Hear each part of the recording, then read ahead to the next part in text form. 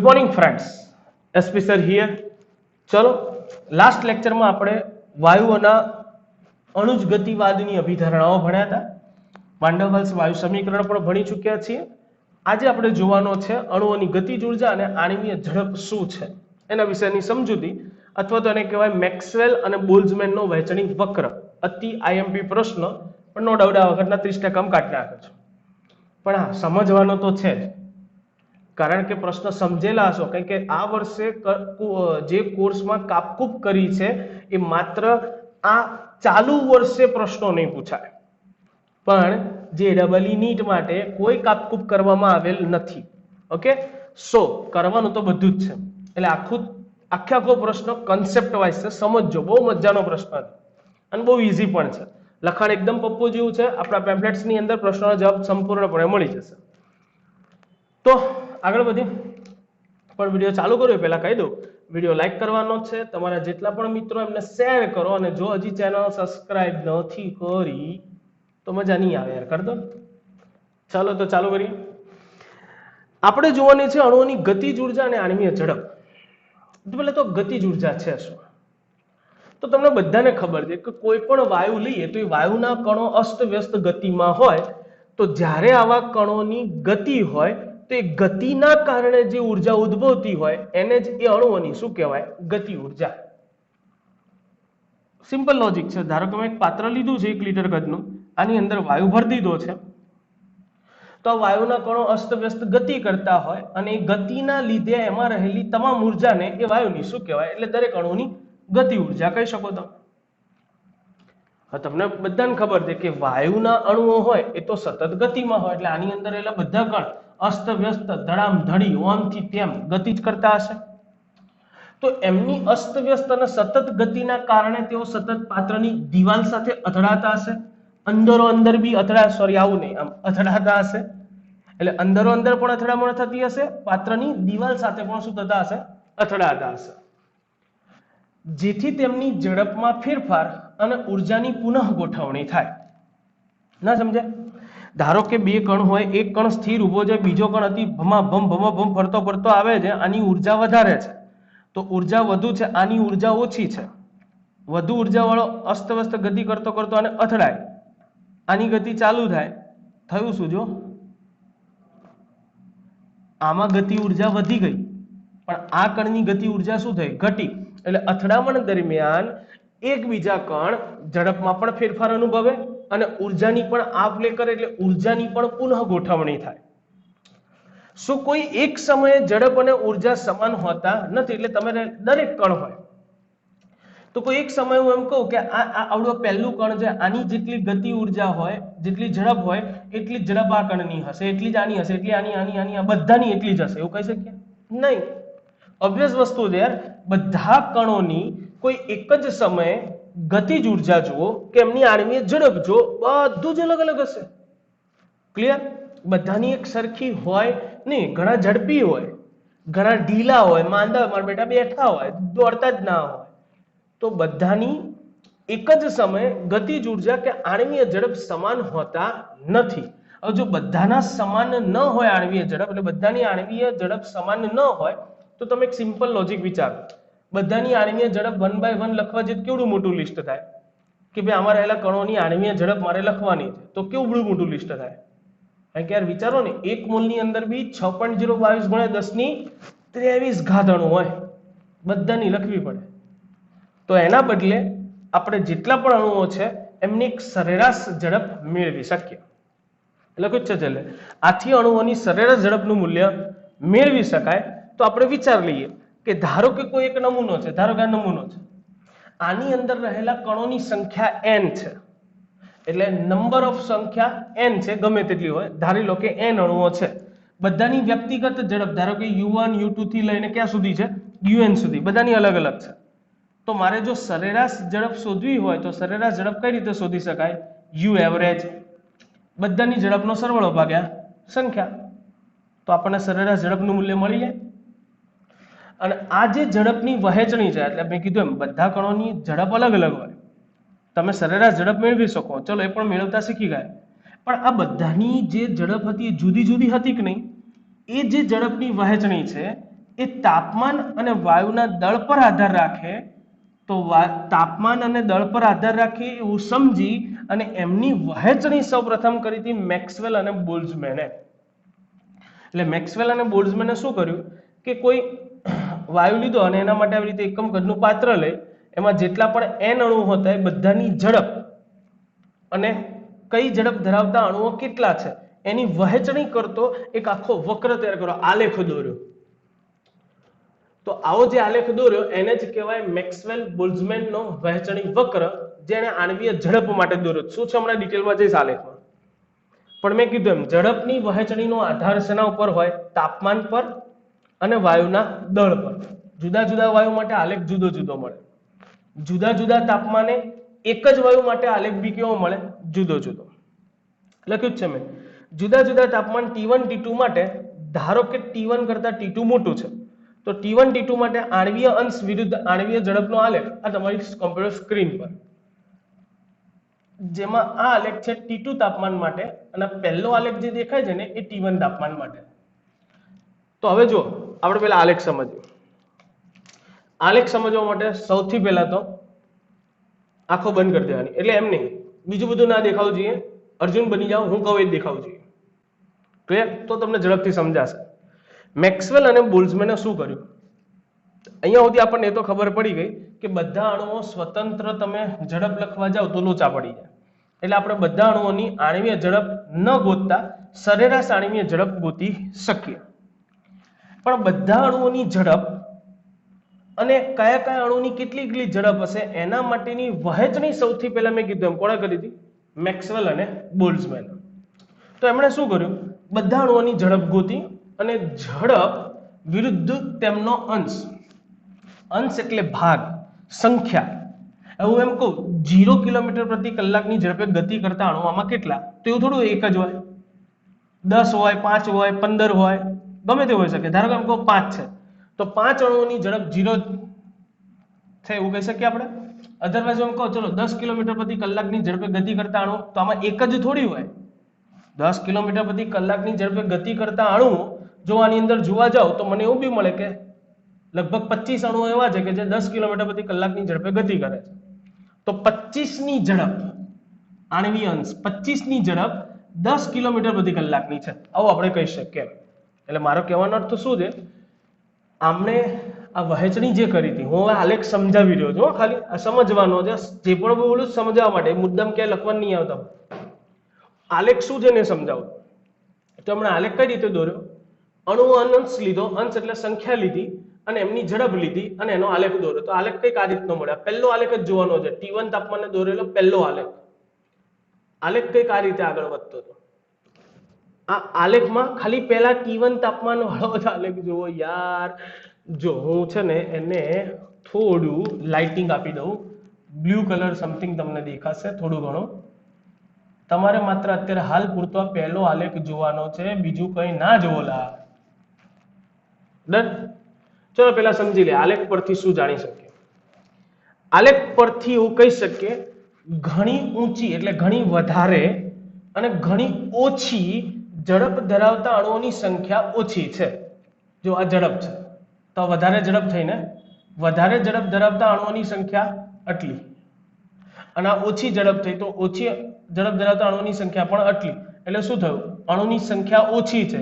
કયા અણુઓ? જેમની ઝડપ ઓછી હોય એવા અને જેમની ઝડપ વધારે હોય એવા બંને અણુઓની સંખ્યા ઓછી હશે. એટલે પાત્રમાં શું હશે? બહુ વધારે ધડમધડી કરીને દોડતા અને બહુ ઓછી ગતિથી દોડતા અણુઓની સંખ્યા ઓછી હશે. તે આલેખ પરથી દેખાય છે. બીજું, વક્રની ટોચ મહત્તમ અણુઓની મહત્તમ ઝડપ દર્શાવે. હા, વક્રની ટોચ એટલે આ ટોચનો ભાગ જે આવે એ ટોચના ભાગ પર સૌથી વધુ અણુઓની સંખ્યા દર્શાવે. જો અણુઓની સંખ્યા સૌથી મેક્સિમમ છે કે જે બધા જ આટલી ઝડપથી દોડતા હશે, તો આ જે ઝડપ હોય ને એને મહત્તમ સંભાવ્ય ઝડપ UMP કહેવાય. તમને પીળા રંગ જેવું દેખાતું હશે અથવા કેસરી જેવું. ફરીથી બોલો છું, વક્રની ટોચ જે હોય એ મહત્તમ અણુઓની મહત્તમ ઝડપ દર્શાવે. એટલે મહત્તમ અણુઓની મહત્તમ ઝડપ આટલી હોય એટલે સૌથી વધુ એવા અણુઓ હશે કે જેમની ઝડપ આટલી હોય. તો એવું કે આખા પાત્રની અંદર મોસ્ટોપણું આ ઝડપથી ગતિ કરતા હશે, તો આ ઝડપને મૂલ્ય જે મળે ને ઝડપના મૂલ્યને શું કહેવાય?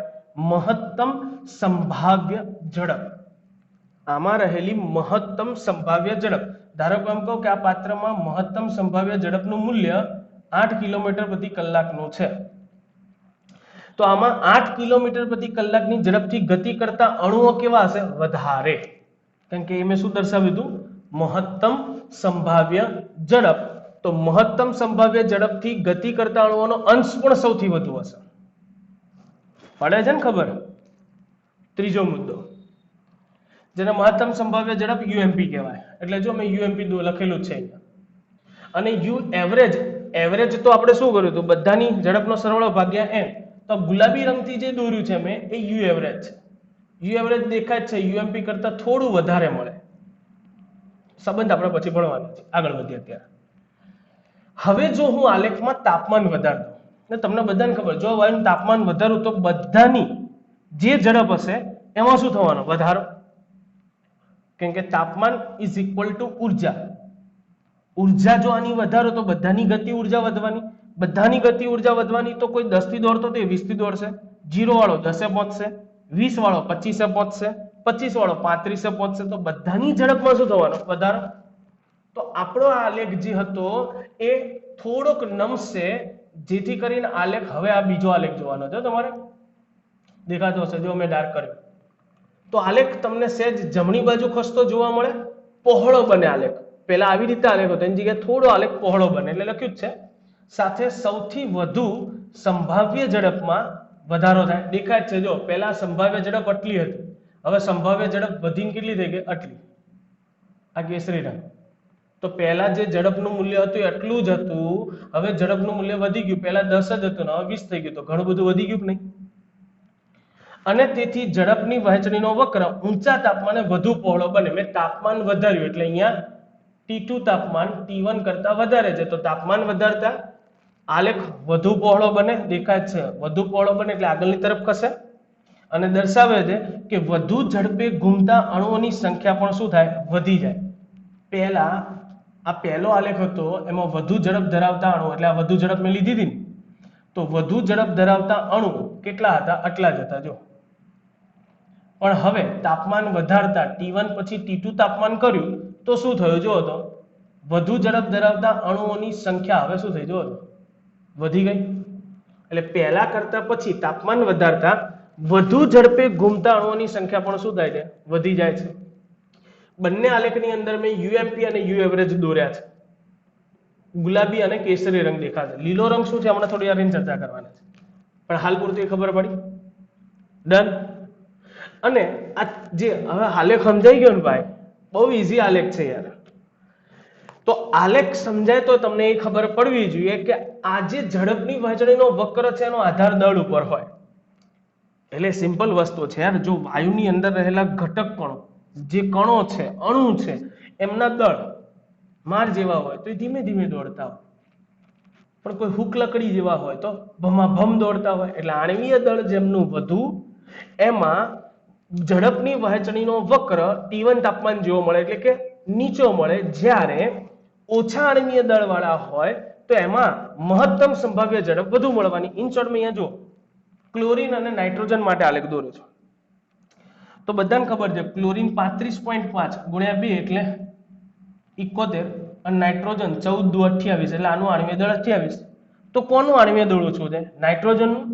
તેમાં વધુ ઝડપથી ઘૂમતા અણુઓની સંખ્યા પણ જુઓ ક્લોરીન કરતા કેવી છે? આ જ ઝડપથી ઘૂમતા ક્લોરીનના અણુ એટલા જ છે, પણ નાઇટ્રોજનના અણુ જુઓ વધારે છે કે નહીં? સાથે એમની મહત્તમ સંભાવ્ય ઝડપ યુએમપી જોવા જાવ તો આણ્વીય દળ ઓછું, એમ મહત્તમ સંભાવ્ય ઝડપ કેવી મળવાની? વધારે. આણ્વીય દળ વધુ તો મહત્તમ સંભાવ્ય ઝડપ કેવી હશે? ઓછી. ઝડપ ઓછી છે ને, જોવા દેખાયેલા. આ નાઇટ્રોજનનું મૂલ્ય છે, ના ક્લોરીનનું મૂલ્ય છે. તો આના પરથી એક વસ્તુ તો ફિક્સ થઈ ગઈ કે અણુઓની વહેંચણીનો વક્ર જે છે એ દળ ઉપર આધાર રાખે. એટલે જો વાયુ જુદા જુદા હોય તો આલેખ પણ તમને કેવા મળે? જુદા જુદા મળે. પડે ખબર પડે કે હું એકલો સ્પીકિંગ? આ બધું મેં નથી તારવ્યું, આ મેક્સવેલ અને બોલ્ઝમેન ભાઈ આ બધી મગજમારીઓ કરી. એમને વળી એમ થયું કે લાઈને આપણે બધા ગણોનું સમજાય, એટલે હમણાં બધા ગણો માટે આલેખ દોરીને સમજાવ્યું કે આલેખ જુઓ ને તો આવી રીતનો મળે. ફરીથી હું એક વખત આલેખના 3 મુદ્દા બોલી જાઉં છું, સમજાવી દઉં છું. ઘણી વધારે અને ઘણી ઓછી ઝડપવાળા, ઘણી ઓછી અને ઘણી વધારે ઝડપવાળા અણુઓની સંખ્યા ઓછી હોય, દેખાય છે જો પહેલા આલેખ. અચ્છા, બીજામાં જુઓ તો જો વધારે ઝડપવાળા અને ઓછી ઝડપવાળા અણુઓની સંખ્યા તો જુઓ એમાં પણ ઓછી જ મળે. વક્રની ટોચનો ભાગ, મહત્તમ ટોચ જે આવે, ટોચ ઉપર રહેલા અણુઓની સંખ્યા સૌથી વધુ હોય. પહેલા આલેખમાં આટલી દેખાય છે, બીજા આલેખમાં આટલા, જે સૌથી વધારે અણુઓનો અંશ દર્શાવે. અને સૌથી વધારે અણુઓની સંખ્યા જે ઝડપ ધરાવે એને જે તે તાપમાને મહત્તમ સંભાવ્ય ઝડપ કહેવાય. તાપમાન વધારતા આલેખ જમણી બાજુ ખસે, વધુ પહોળો બને, એટલે કે મહત્તમ સંભાવ્ય ઝડપમાં વધુ વધારો થાય. લખ્યું જ છે, મહત્તમ સંભાવ્ય ઝડપમાં વધારે થાય. તેથી ઝડપની વહેંચણીનો વક્ર ઊંચા તાપમાને વધુ પહોળો બને, એટલે કે વધુ ઝડપે ઘૂમતા અણુઓની સંખ્યા પણ શું થાય? વધી જાય. પહેલા વધુ ઝડપે ઘૂમતા અણુઓ આટલા જ હતા, પછી વધુ ઝડપે ઘૂમતા અણુઓની સંખ્યા વધી ગઈ, કારણ કે મેં તાપમાન વધાર્યું. એટલે કહી શકાય કે વહેંચણીનો આધાર શેના ઉપર હોય? તાપમાન અને વાયુના દળ પર. તાપમાન અને વાયુના દળ પર આધાર હોય છે. અને આખી વાર્તા સમજાઈ હતી મેક્સવેલ અને બોલ્ટ્ઝમેને. ક્લિયર? એટલું જ નહીં, આપણે કોઈ પણ વાયુઓ માટે જો ઝડપની વાત કરીએ તો વાયુની ઝડપના 3 પ્રકારો મળે. એક તો મહત્તમ સંભાવ્ય ઝડપ. મહત્તમ સંભાવ્ય ઝડપ યુએમપી શું છે? તો યુએમપી એટલે મહત્તમ સંભાવ્ય ઝડપ, જે આલેખનો ટોચનો ભાગ દર્શાવે. એટલે તમે જો આલેખ દોરો તો આલેખમાં સૌથી વધુ અણુઓની સંખ્યા જે ઝડપ દર્શાવે એને યુએમપી કહેવાય. ક્લિયર? મહત્તમ સંભાવ્ય ઝડપ. મહત્તમ સંભાવ્ય ઝડપ અંદર રહેલા મહત્તમ અણુઓની જે સંભવિત ઝડપ હોય એ જે આલેખ પરથી મળી જાય. સરેરાશ ઝડપ, ઓકે, એ તો મારે ગોતવાની જરૂર નથી. સરેરાશ ઝડપ તો કઈ રીતે મળે? તો દરેક અણુઓની ઝડપ અલગ અલગ હોય, દરેકનો સરવાળો ભાગે, એટલે યુ એવરેજ આપણને ગણતા આવડતું હતું. ધારો કે n અણુ હોય તો બધાની ઝડપનો સરવાળો ડિવાઇડેડ બાય એમની સંખ્યા કરી નાખો તો તમને સરેરાશ ઝડપ મળી જાય. પણ નયા કોણ હે? ये मूल सरेराश वर्ग झड़प URMS. साहब आ શું છે? URMS ને કહેવાય જે કહેવાય ધ્યાન રાખો. ગતિજ ઉર્જા હોય તો ગતિજ ઉર્જા કે બરાબર આપણી પાસે સૂત્ર છે 12 mu². પણ હું મૂળ કરી દઉં છું. મૂળ એટલા માટે કર્યો છે, આમ તો 12 mv² સૂત્ર છે, પણ જો આપણે ગતિજ ઉર્જા શોધવી હોય તો અહીંયા અણુઓની વાત ચાલી રહી છે, તેમાં આપણે સીધી એમની આણ્વીય ઝડપ લઈશું. આ આણ્વીય ઝડપ કોઈ એક કણ માટે સૂત્ર વાપરો ને તો કોઈ એક કણની લખાય, પણ મારે બધા આખા વાયુના જથ્થા માટે લખવી છે. તો આ જે ઝડપ છે u² મોડ, એને કહેવાય સરેરાશ વર્ગ ઝડપ. અને સરેરાશ વર્ગ ઝડપ કઈ રીતે શોધી શકાય? તો જેટલા પણ કણો હોય એ બધાની આણ્વીય ઝડપનો વર્ગ કરી અને એનો સરવાળો કરવાનો, ભાગ્યા એમની સંખ્યા કરી નાખું. એટલે જેટલા પણ અણુ હોય બધા અણુઓની ઝડપનો વર્ગ લઈ અને એમનું સરેરાશ શોધો તો એમને કહેવાય સરેરાશ વર્ગ ઝડપ. અને સરેરાશ વર્ગ ઝડપનું જો વર્ગમૂળ લો, કોનું? સરેરાશ વર્ગ ઝડપનું વર્ગમૂળ, તો એને કહેવાય સરેરાશ વર્ગિત ઝડપ. સરેરાશ વર્ગિત ઝડપનું વર્ગમૂળ, અથવા તો URMS એટલે કે મૂળ સરેરાશ વર્ગ ઝડપ. તો મૂળ સરેરાશ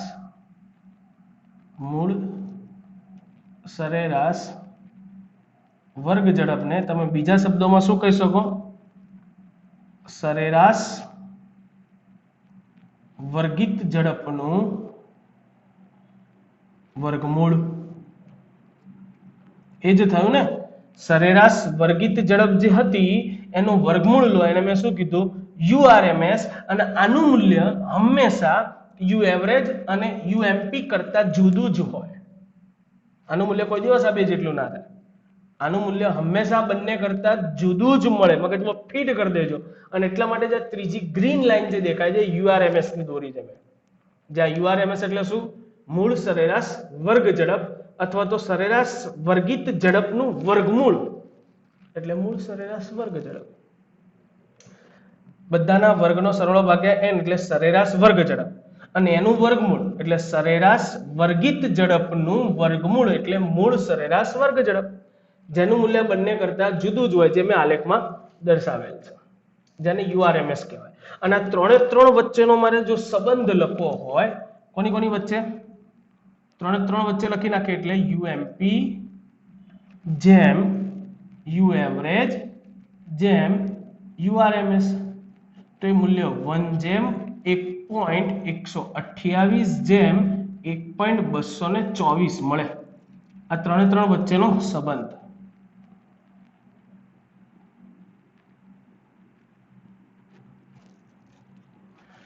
ક્લિયર?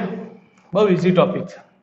અને આખી ઘટના પરથી આપણે એવું કહી શકીએ કે કોઈ પણ વાયુ હોય એ વાયુ માટે ચોક્કસ કદના પાત્રમાં ચોક્કસ જથ્થામાં વાયુ ભર્યો, ચોક્કસ સંખ્યાના અણુ લઈને વાયુ ભર્યો હોય, અને કોઈ ચોક્કસ તાપમાન માટે જો એમનો વહેંચણી વક્ર દોરો ને તો એ હંમેશા અચળ મળે. પણ જો તાપમાન બદલાય, વાયુનો જથ્થો બદલાય, તો તમને આ જે આલેખ મળે છે કેવો મળે? જુદો જુદો. એટલે મારો કહેવાનો અર્થ એવો છે, 1 લિટર પાત્ર લીધું, એમાં મેં 1 મોલ હાઇડ્રોજન વાયુ ભર્યો, 1 લિટર પાત્રમાં 1 મોલ હાઇડ્રોજન વાયુ ભર્યો અને 298 કેલ્વિન તાપમાને આનો બોલ્ટ્ઝમેન મેક્સવેલ વહેંચણી વક્ર દોર્યો મેં આજે.